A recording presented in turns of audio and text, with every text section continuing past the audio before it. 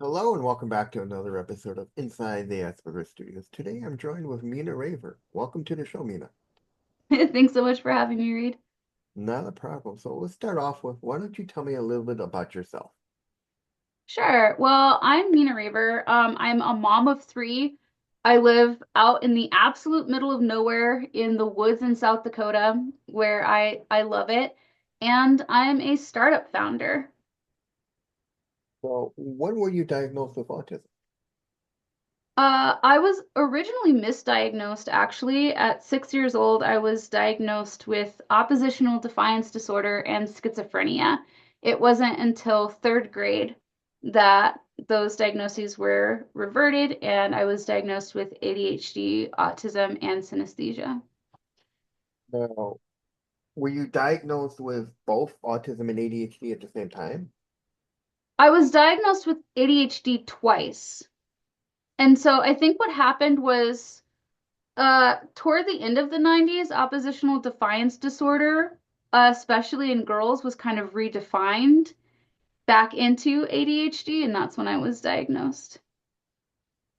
When you did get your diagnosis, did you feel different than everyone else before your diagnosis? Yeah, so first grade, I was kind of partially verbal. And the reason that I was diagnosed with schizophrenia is because I would get my colors and numbers mixed up pretty consistently. I was doing very, very poorly in school. I wasn't making friends, and I was pretty much put at the back of the class and nobody bothered me. Until one day, my first grade teacher must have realized either she had given up on me completely or she realized that I was mixing up colors and numbers, and she gave me a box of color pencils with my math sheet. And about halfway through the school year, I got into big trouble for teaching my peers how to cheat. I was trying to show them this thing that I had figured out. And what I had done was gotten bored and taught myself multiplication and division from the principles of addition and subtraction. And she took me down to the office and I took my first IQ test, and I just had a really hard time making friends past that point. So yeah, I would say I definitely felt different. And when you did get your diagnosis, did you feel things started to make sense to you? I think I may have been too young for it to have made sense at the time. And I guess being that young and being in the environment that I was in, it seems like my diagnosis was often used against me more than it was used to help me. So I didn't actually have a very good relationship with medicine or with my diagnosis for a very long time. How do you manage your autism and your ADHD at the same time? I mean, they both one kind of overrides the other. Both both terribly override the other. I think you can see behind me that I have large post-it notes. I try to keep some blank. Part of that is for writing down notes as I'm going through the house. I have these massive post-it notes throughout my home.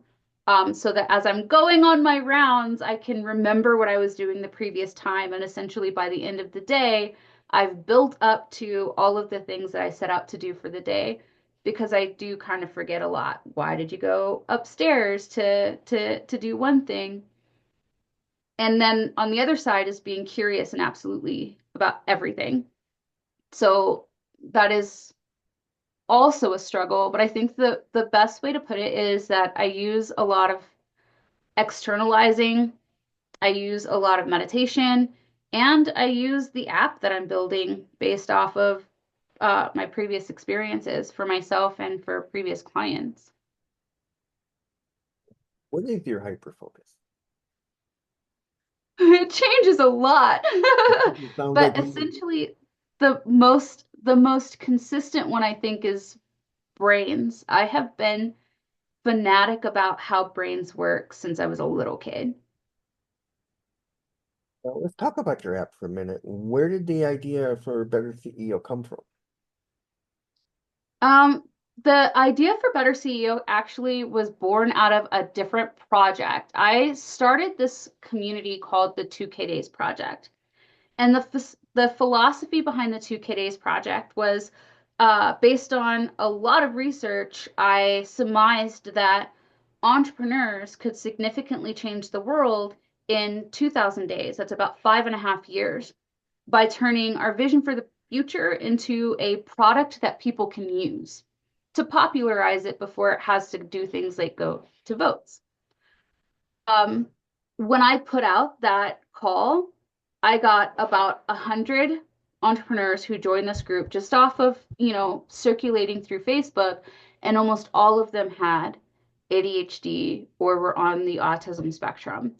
And I realized then that the best way for me to have the impact on the world that I want to is to, one, come to terms with who I am, and two, start building tools that they can use to overcome executive dysfunction.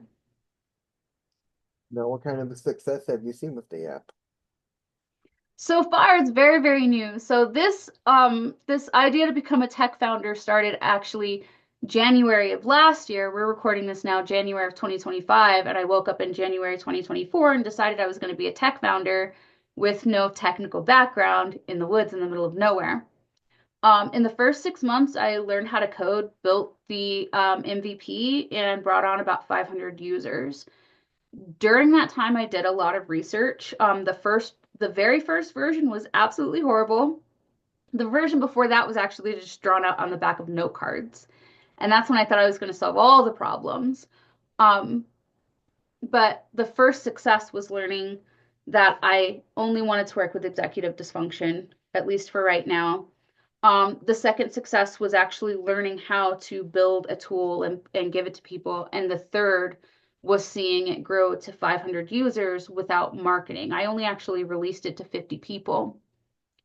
From that use, there were two major hypotheses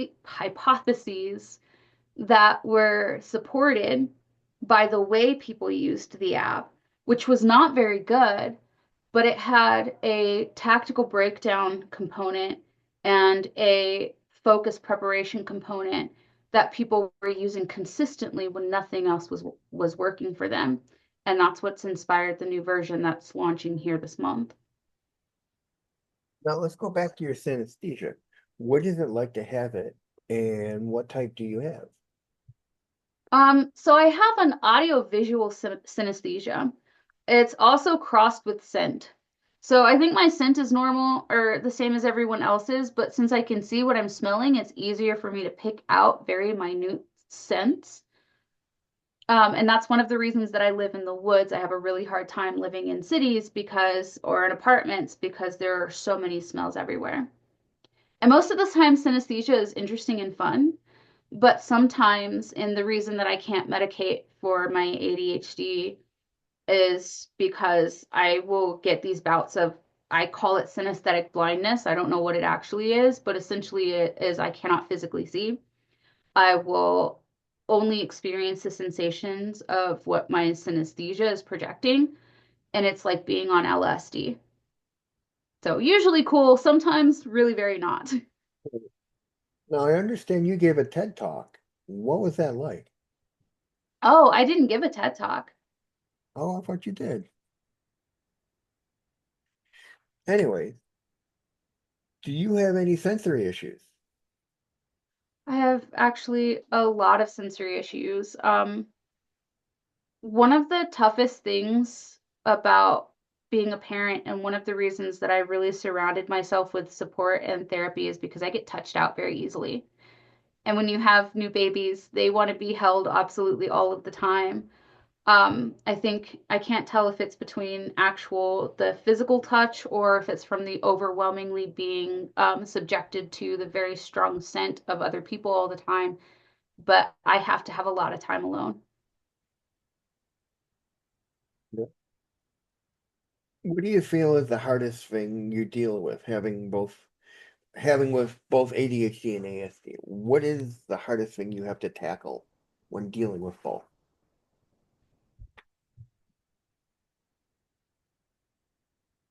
It's got to be between filtering my own thoughts and sticking with projects. I sometimes feel like I can't always trust my motivations, And also, I think for all people, we have to do lots of different things to stay healthy. Um, but my struggle is always trying to decide if the urge to do different things is because I need it to be healthy or if it is a sign that I'm being unhealthy. High functioning depression is a really good, strong example of that struggle. Now, do you feel that either or overrides each other, like ADHD is more prominent than ASD, or the other way around? Well, this might be TMI, but I think like closer to and around my periods, the ADHD is probably a lot higher. Um, and I feel like I have a harder time filtering and being around large groups, probably on the opposite side of that. What advice would you give to someone who is diagnosed with autism or ADHD, or even both at the same time? I think the first thing, probably the most important thing is to join a community, like find other people. If I did not, I didn't share. So I told you before we started, but I want to share with the community. I dropped out of high school in ninth grade, and once I left school, I never told anyone about what I was struggling with. And I was willing to accept any measure of punishment or any accusations of anything before I would tell what I was struggling with. Until I met all of those people who came into my 2K Days project and saw some of the most capable, some of the most brilliant and interesting and uh, just extraordinary people in the world. If you've spent your whole life being punished and ridiculed and accused and all of these horrible things, and you may not have a great perspective of yourself. The first thing I would advise anyone to do is find a community, find other people, because as you fall in love with them, you will fall in love with yourself. As you find grace for them, you will be more protective of the grace you should have been shown as you were growing up.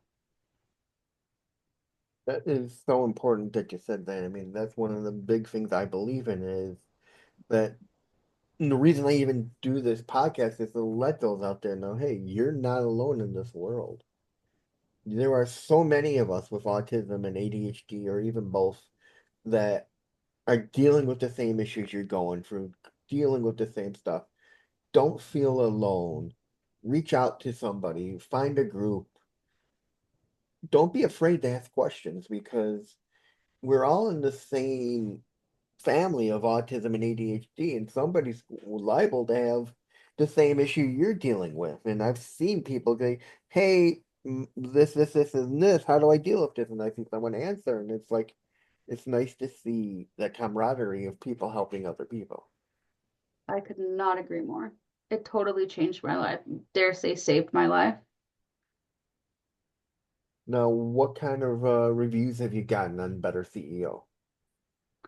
So far, so good. Even though we're still on the first version, I so far have all 5-star reviews. The way that people have been using that first version is primarily in case of emergencies. That's kind of how I figured I really had something going for me. Where when nothing else is working, the medication's not working, the gamification and all of these other things that I will rail against till the end of time aren't working, people were coming back to my app. And that's what got those 500 consistent users. We have an average of 400 active users per month. And that traction is what actually got me into Techstars with this tool. Now, what is it like to be a tech startup? Whatever I want it to be. No, it's actually elating. I uh I can't I don't want to say unfit, but nothing has ever been more exciting than this. My job is absolutely to break everything that we think. Everything that we think about psychology, everything we think about executive function. My job is to break it and give people little pieces until they smile, and then keep those little pieces and put them together into tools that make more people smile. That's It's hard. It can be kind of lonely. It can be annoying that it still depends on finding money, right? Because investing is horrible, and every single trouble is totally worth it when you crack one of those codes. Now, what is it like to see your app in the app stores? It's it's pretty cool to see. It's pretty cool to see my app in the App Store, and now it's not just me working on it, and it has actually reached a whole new level of exciting because I'll build something or I'll come up with an idea or a schematic, and then I'll hand it over to other people who are like really interested in this, and they're learning about it and they're learning about themselves, like my development team, and they give me back something that doesn't look like what I gave them. And it's so cool because you can see the spirit of what I thought brought to life by other people's hands and talent and years of dedication and, self discovery. And it's just more and more awesome every time. So, what does it feel like to hand something over you've created and then just watch it evolve and get better and better to the point where people just keep coming back for it? It's kind of scary at first. It's really scary at first, especially if you're like overly independent, like myself. But it just gets more and more exciting because I think the more and more hands that touch this, the more and more minds that touch this, the more and more relatable it is to the community. And so I'm really excited about this new version and everything it's bringing up.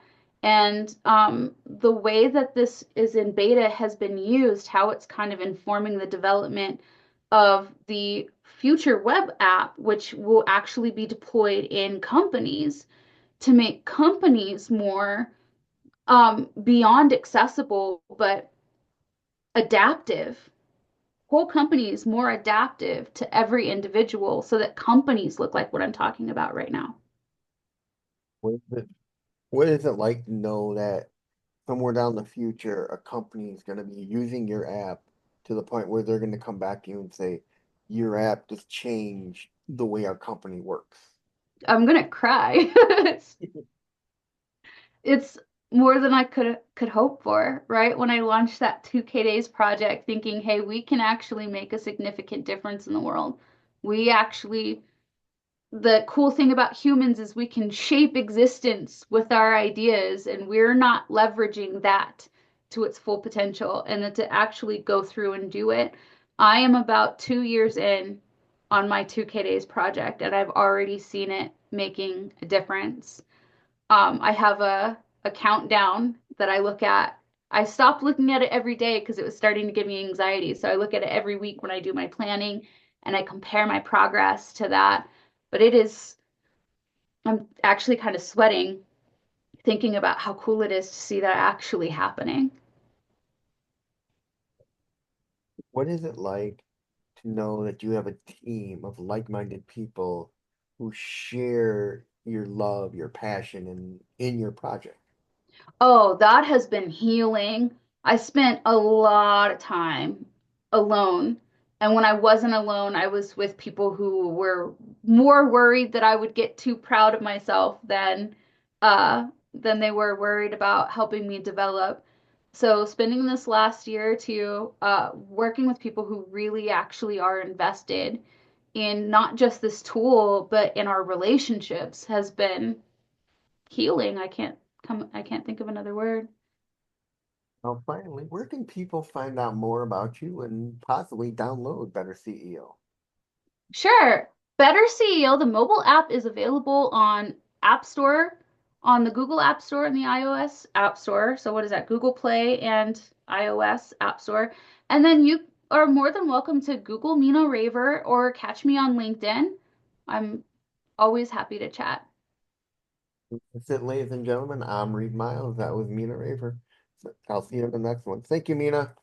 Thank you, Reed. That was fun.